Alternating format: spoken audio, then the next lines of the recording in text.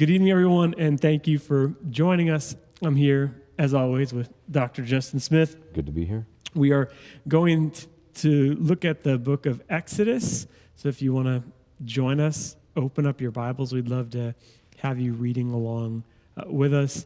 Exodus is right there, very easy for you, right after the book of Genesis. We talked in our previous class about how to read the book of Exodus a bit. I would really encourage you to go and check that out. I think it was a good conversation and helpful as we begin this study together, but I hope that you'll check out that class that we did and think a little bit about reading the Old Testament well, because as we talked about, it's different than the New Testament and a bit challenging for us, and at times I think we want to make Scripture more bite-sized for us, and we need to do a better job, especially in the book of Exodus, which is a story. It's a big narrative that I think we need to participate and understand.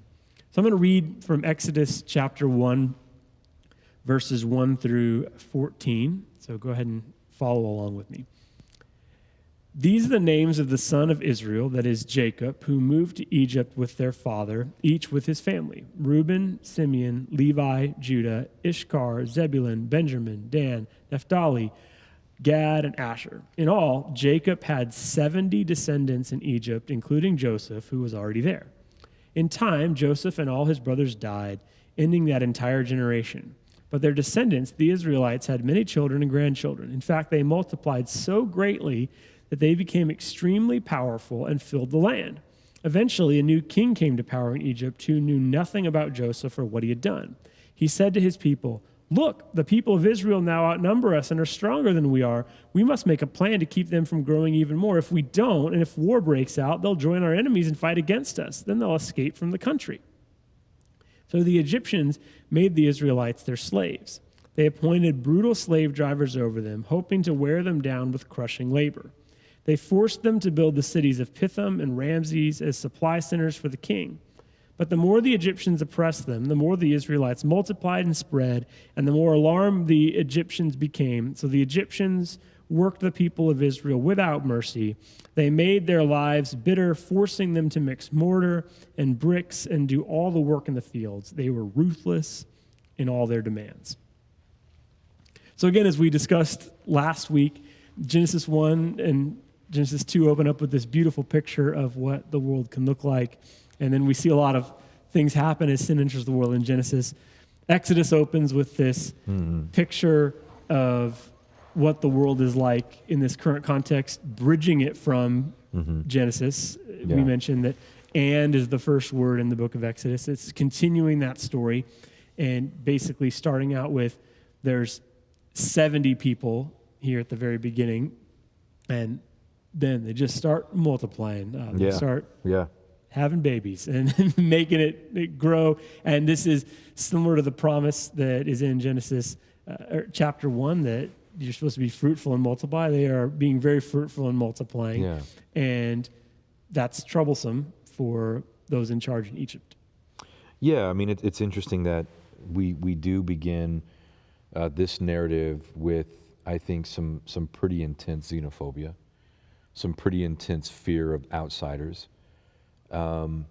It really starts, I think, in many ways with this language, even though the language may not be fully overt here, the language of us versus them, that they're here, they're living here, but they're not really us, they're not really part of us. And that fear then of this people, what they could do, what they could become, how they might eventually overtake, if you will, the Egyptians, starts to come through. And so it again, sort of what we talked about last time, you have this narrative about nation building, this narrative about who these people are in their relationship to God, and then ultimately who they are in their relationship to others. And those narratives are being built side by side. So Egypt is building its own narrative at the same time.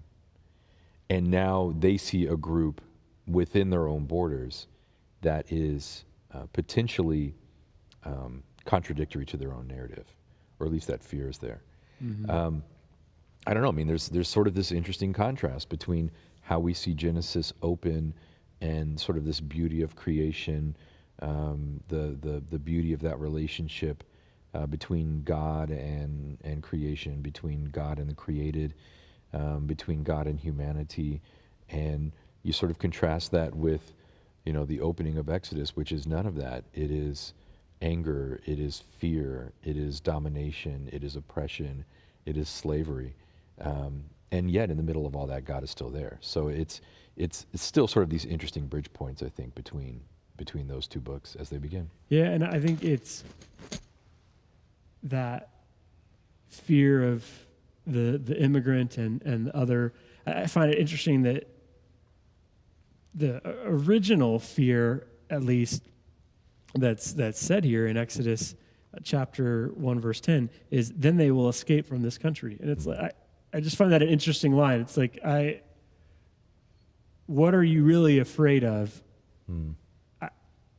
They will escape. Does that cripple the economy? It's interesting how like so much of this stuff, if you really talk out your fears and talk about what's going on, it's you're going to want to say, isn't that what you would want though? Because you're afraid of them for whatever reason, and I think of this as a Beauty and the Beast type thing, tales old as time. That this is what has happened and what always happens, and I think in my own life. And there was fear, and I'm really thankful my parents didn't raise me with this, but I would hear whispers, fear of Armenian people, because there's the large Armenian population in Glendale, and that it was growing. It feels like the exact same conversation. Again, it wasn't my parents, but I would hear those whispers from people about anxiety. And I remember I studied my sophomore year in college in Germany, in Heidelberg, Germany, and in that time you had a chance to talk with somebody who actually lived in Heidelberg. It's like set up these conversations to learn about the city. And the person that I was talking with, he mentioned the Turkish immigrant population and had a curse word to describe. There's like a derogatory slang. That was what he used. And he wasn't even necessarily going out of his way to say that. It was just like that was the way that he referred to them, and I think it was somewhat common. And I remember having a light bulb go off as I heard him go, this sounds exactly like my city. Yeah. And basically any city in the world, I would say, has its supposed people who are the originators or feel, although that's ironic to say for white. Sure. As you think about the history of our nation, but you can start to feel that ownership and then the threat of the other, and just how deep in the human heart that is, and how damaging it is. And Armenian people now, I'm so thankful. I have great friends who are Armenian. Go to an Armenian wedding. I have to tell you, it's amazing. You get like 30 courses for dinner. It's a party. There's great things about my friends who are Armenian. I'm so thankful for the blessing of them in my life. But it's easy to have the fear of the other and the same anxiety, and it's about whatever group of people that happens to be in basically every city. I know there's like certain groups who it's like, oh, they've moved here. And honestly, like if we're honest, a lot of times it's people who are doing the jobs that we wouldn't necessarily want to do, but but it's. Well, again, I mean, it's interesting how this irrationality is embedded in this narrative from the very beginning. Well, they're going to get too big and they're going to overtake us, or they're going to leave. And when they leave, their wealth is going to go out the door with them, right? So we don't want them to overtake us. We don't want them to leave, because when they leave, the wealth goes. So what do? Well, we oppress them so that they'll stay here and stay in their place. And they'll be managed by us so that we can extract from them, right, the benefit of them being here, but then we can oppress them in such a way that they don't ever really fully become a part of our lives in Egyptian culture. So we create this deep divide between us and them. And I think a lot of it has to do, with these fears of being displaced. And it also has to do with fears of definition and identity. How do you define yourself, right? Well, if you define, let's say in this context, you define yourself as Egyptian. Well, when these other people come in, and they've been in Egypt as long as anybody can remember, well, aren't they Egyptian now too? And if they're Egyptian, then how does that shape or reshape or redefine what it means to be Egyptian, right? I mean, it's the same thing in America. People, we are all immigrants. This is an immigrant nation. Whether we're talking about Native Americans, who most scientists think and historians think came over from Asia over, frozen land bridges and immigrated and migrated down, throughout North and South America, or we're talking about Europeans who came, or we're talking about the importation of enslaved people from Africa, or we're talking about Chinese and Japanese and Korean immigrants who came to the West Coast, or we're talking about other immigrants who came from Eastern Europe at various points, right? This whole country, this whole nation is a nation of immigrants. And as we sort of build on that, we oftentimes, as we're here longer, we forget our immigrant status. We take on this persona or this definition of self-definition of American or patriot, or I've been here longer than, and in all of that, then we're defining ourselves through our attachment to this nation and to this place. And so I think what's really interesting is maybe one of the hallmarks in a way of what we see in Exodus is Israelites who are maybe first and foremost defining themselves not through place, but through their relationship with God. Now, place will become incredibly important, obviously, right? I mean, this whole move to the promised land is a place, a physical place that was promised to them, a geographic location. But it's this interesting way then that we're seeing, and troubling way that we're seeing definition taking place, right? We are Egyptian, you are not. It doesn't matter how long you lived here, you're not, and we don't want you to be. But we don't want you to leave either. Yeah. Because and spoiler alert, as we get toward the end of Exodus, I mean, that's going to be one of the big issues, isn't it? Is that when the Israelites are finally allowed to leave, it's like, well, you can leave, but you can't take anything with you. Mm-hmm. You have to leave all that wealth that you have accumulated, through your own hard work and through, in the midst of all this oppression, everything that you've built, you have to leave it behind. So it's even interesting, again, that sort of, we don't really want you here, but we don't really want you to leave. So how do we? And then the tension in the New Testament between how does a Gentile come into a Jewish religion? It's just it's consistent. This again, us versus them. Tale as old as time. And I think one of the things that I will consistently struggle with is the ownership that you can start to feel over certain things. And I think about during normal times on the freeway, and I try to be very peaceful as I'm driving around LA in normal traffic because it's stressful and there's things that are happening. And I think about how there's times when I can get frustrated because somebody cuts me off and they can, and I think about how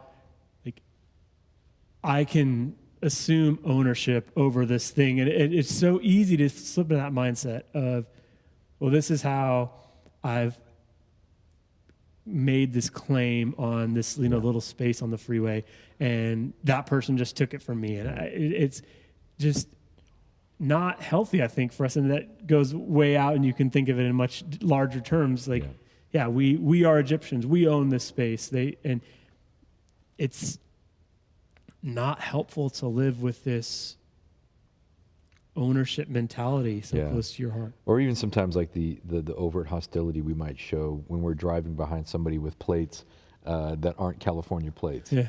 As I've noticed a lot recently, I've seen a lot of people driving around that don't have California plates. Kansas, Nebraska, Arizona, Nevada, lots of people driving around Southern California recently, and you know, I have to admit, there's times when I get stuck behind somebody like that, and one of the first things I want to say is, "You're not even from here." And again, I think it's sort of this idea of definition, I think, and self-definition, and competing definitions will be a strand, I think, that kind of weaves throughout. Certainly, I think starting all the way back in Genesis, as we talked about, but weaving all the way through the book of Exodus, sort of who are we in relationship to others, and what do we do with these us versus them dichotomies that we've created as a way to marginalize those who are other. And that's, I mean, so when we talk about a God who stands with the marginalized, the Israelites are being marginalized from the opening verses of this book. You are other. You are not us. And because you are not us, you are going to be treated as an inferior group. And so I think it's then watching God come alongside in solidarity and stand with him and say, you are not other, you are mine. And so it's that way that definition is being reworked, not just by the Israelites themselves, but by God, who defines who they are for them. You are mine. And then just specifically as we think about reading it, I think it's so important that we, in humility, recognize, historians would argue that we're maybe the most powerful nation in human history, or Sure. whatever, however you define that. Sure. But the idea that we're the Egypt in this story and not the other way around. Yeah. I think you can learn Yeah. from it from Yeah. all angles, Yeah. and we're going to try to look at it from all angles. But the idea that we need to repent at times of the way that we feel ownership, and how are we hearing the voices of the oppressed, and being an advocate for those, and allowing the other voices to make a difference in us. No, I think that's exactly right. I mean, and I think you hit the nail on the head, that far too often what we want to do is to read ourselves into the narrative with those who are the heroes, if you will, of the narrative. We're probably not. I think you're exactly right.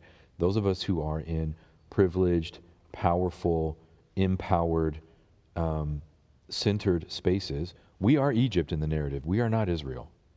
I think we all want to be Israel, right? We all want to be Moses. We all want to be Aaron. We all want to be part of that narrative and say, you know, we are the broken, we are the downtrodden, we are the other. There are absolutely those who are tuning in and listening to us who are marginalized, who are otherized in this context. You and I are not. you and I, truth be told, in the context that we are in, we are far more Egypt than we are Israel. So it becomes really important then to step into this space of humility and to hear Israel's story as the story of the oppressed, and to help it highlight our own experiences and our own narratives as other than that. As to say, my narrative, my experience is an empowered narrative and experience. How do I learn what that looks like through the experiences of the oppressed, through the narratives of the oppressed? And I think that's what we find as we open as we open here. And again, this is what God is like. So there's a great thing as we continue that's on that theme. This in verse 15, and then I'll read to the end. Then Pharaoh, the king of Egypt, gave this order to the Hebrew midwives, Shiphrah and Puah. When you help the Hebrew women as they give birth, watch as they deliver. If the baby is a boy, kill him. If it's a girl, let her live. But because the midwives feared God, they refused to obey the king's orders. They allowed the boys to live too. So the king of Egypt called for the midwives. Why have you done this? He demanded. Why have you allowed the boys to live? The Hebrew women are not like the Egyptian women, the midwives replied. They are more vigorous and have their babies so quickly we cannot get there in time, which is clever, I guess. So God was good to the midwives, and the Israelites continued to multiply, growing more and more powerful. And because the midwives feared God, he gave them families of their own. And then Pharaoh gave this order to all his people: throw every newborn Hebrew boy into the Nile River, but you may let the girls live. So this continues this theme, I would say, and as we think about who God is interested in, who's on God's side. It's fascinating to see that we see Pharaoh, but we don't know which Pharaoh. It could be any. It's a general. I mean, it's just means king basically. So imagine that you were reading some historical novel and it mentioned the Queen of England and it just said Queen, and you didn't know which one, but then it was like, but there were, two local workers at a bakery named Sarah and Pam. That's what this story, it's like, king what? That's what we want to know. But as we understand what God is like, what God is about, Pharaoh doesn't get named. Right. And these two very seemingly insignificant parts of the story, they get their names, and then God uses them in this unbelievable way and changes history because of their boldness, because of their courage, because of what it is that they're willing to do. Well, because it's not a narrative about Pharaoh, right? This is a narrative about this oppressed people. And it's these two women that get named, which I think is a really important point that you're raising, and not this powerful king. And what that does is it reorients the narrative away from the empowered to the disempowered. And it reorients this narrative away from a powerful king to these two women who are resisting, who are protesting, who are subverting power, who may not be telling the truth completely. But it doesn't matter, because what matters is doing the right thing, and the right thing in this case is not killing these babies. It again shows a God who is on the side of the oppressed, and the fact that this Pharaoh never gets named, I think, is a really powerful moment. I mean, as a historian, it frustrates the heck out of me, because I want to, well, which one? And a lot of scholars think it might be Ramses II, but it doesn't matter. Because the story's not about Pharaoh. The story's about these people. The story's about these two women. And then it will shift, right? It'll shift to Moses, and it'll shift to Aaron and Miriam, and it'll shift, sort of to that dynamic with the people. But I think that's a really powerful point in terms of who is named and who's not named in the narrative. Because oftentimes that signifies who is the most important. The one with the name is the one that's most important, oftentimes in these narratives. So it sort of says that it's not Pharaoh who's most important, but these two women. And I think that's a really powerful moment. And something I think that we oftentimes just sort of gloss over. I think because we know the narrative well enough, we're kind of like, let's get to Moses. I'm like, well, you don't get to Moses without Shiphrah and Puah.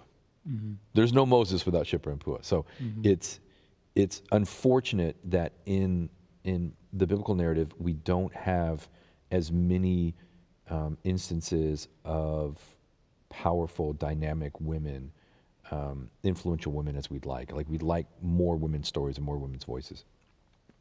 So I think when we do see women in the text, and when we do have these women's voices that are so few and far between, we have to highlight and amplify them when we do. So a marginalized group within a marginalized group. And so we have these two women that step up in a way that's really powerful, and again, makes Moses possible. Without them, there's no Moses. It's Star Wars, and it's like the person without any power somehow overcoming the dark. It's like it's like this unbelievably small, insignificant person and two people here, but it's amazing what God can do through the faithfulness of that. And I think it's also interesting to think about how this story is a story about ultimately God's redemption. Yeah. But it starts in horror. I mean, this is awful. To think of, just to have a maniacal ruler just say, kill the boys, keep the women because we can use them for child. I mean, it's horrific. And like how, as we think about the story of God's redemption, like how I think we all need to realize that it's larger than just you or just me, and that there's going to be terrible moments, terrible things that happen within our lives, and sadly, some of us might die before we see some of the, and like the idea of the generations of people who lived in slavery, who died in slavery, who perhaps some went and crossed the Red Sea, but died wondering. The idea of God's story and entering into it being this like big thing versus just what you want in an immediate moment. Yeah. And I don't know that we see our faith journeys enough like that. We want the answer. We want, all right, I want to go to church and have my hour and be good. But to recognize that we're part of this long story that is about God's redemption for the world, but you might not always see it like that in your own life. There's a famous preacher named Charles Spurgeon who said, if I could ever encourage you in any direction, it's to feel small. I think that's a good word as we begin really looking at the text of Exodus. I would encourage you to think of yourself as small. That doesn't mean you're insignificant at all, because the two midwives changed the direction of the story. It doesn't mean that your acts of faithfulness can't have unbelievable domino effects and change the world in positive ways. But think of yourself as small as you think of the context of the story of all this. It's interesting, just kind of more almost on a personal note. I've talked a lot to my parents over the years, and I think, I've talked about this. My parents moved to Los Angeles from West Texas in the 60s. And I would like to say that they had this sort of great grand plan in moving from Texas to LA. It really wasn't that. My dad was just really struggling to find work in West Texas, and there was work in LA, and he had a sister who was living out here. So we moved out here, and my mom, came out when she was done with her education, and they've been here ever since. And so my brother and I were born out here. And there have been times where they've tried to move back to Texas, and there have been times when they questioned why they were here. Why did we come out here? What was God's plan in all this? And I think they finally come to this place of sort of being resigned to not ever really fully knowing why this is where their lives led, but sort of recognizing that they've had impact along the way. And I found that the same thing as a professor now. I have 70 students this semester. I had over 100 last semester, and in most semesters I have over 100 students. And I never really know what the impact is. I never really know what I'm bringing into their lives. I mean, some students will come back and say, thank you for a good class, or those kinds of things. But I don't do it for that. I don't do it for the students to come back and talk about how life-changing a particular class was. I think I do it because I've been called to do it, and I do it because it's the right thing. And I think sometimes it's really, really hard to recognize that we're part of something that is so much bigger than us, that we're a key part of, even though we don't always fully understand what role we're playing or what part we're playing, that there are things that are going on. God is working through us. God is weaving us into this tapestry. He is weaving us into this meta-narrative, into this story, sometimes with us, sometimes without us, and being a part of it is the thing. Why, and understanding all of the outcomes and how all of this is going to shape sort of the whole, God bless you if you know what that is, because I generally don't. Mm-hmm. I just feel like I've been called to be a part, and I'm glad to be a part. And, to use an old line from, I don't know where I heard it for the first time, there's no small parts, only small actors. Yeah.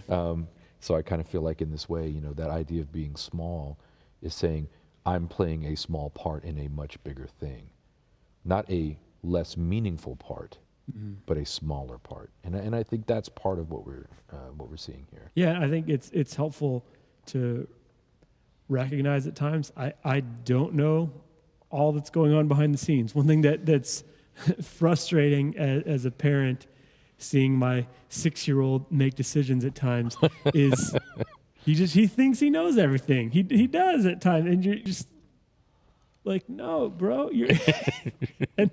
And people look at my decisions and say, you're at 30, you have no idea. And totally fair. And I hope that for all of us, life is an exercise in humility, that it's us growing up from that we need to sometimes not react so quickly and not just live so much moment to moment and let our emotions be dictated by every text that comes in, or if you didn't get enough love on your Instagram birthday post or what.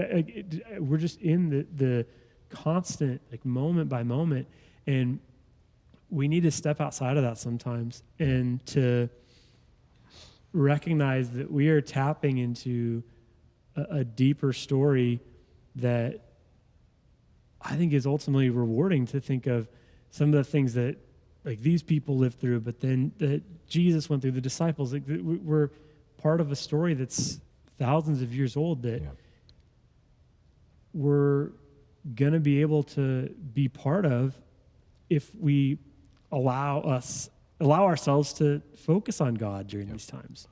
Yeah, I think that's right. And again, the really comforting, if you want to say that part, or powerful part of this narrative is that here you have these two women speaking truth to power, and God stands in solidarity with them.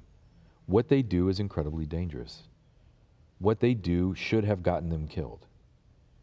And they had their moment to either stand up and do the right thing or to fold, to succumb, right? To just go along to do the will of the king. And they say, no, we're going to do the will of God, and God stands in solidarity with them. He doesn't leave them out there on their own to do this brave thing. He is with them. They have their own families. They continue to live and thrive and survive. And it carries us into this next part of this narrative. And it to me, I think, is, again, this powerful moment where over and over in this narrative, we're going to see reinforced, God stands with those who do the right thing. God stands in solidarity with the oppressed. And it again, hopefully gives some measure of hope, right, in the midst of what many of us have dealt with or are dealing with or will deal with at some point in the future, to say, you're not alone. God stands in solidarity with you. Mm-hmm. And I think for me over the years, that concept has been one that I have continued to come back to. This idea of God standing in solidarity with us, and then how we're called to stand in solidarity with one another. Yeah. No, that's a great kickoff, looking at Exodus chapter 1. And that's the time that we have this evening. Thank you to Dr. Justin Smith for joining me as always. If you have any questions or want more information about the book of Exodus or about our church, you can email me with Brian with a Y at glendale.church. And you're welcome to join us for our Zoom prayer call, which starts in literally just a few seconds. You can email me for that link as well. Hope you guys have a fantastic evening.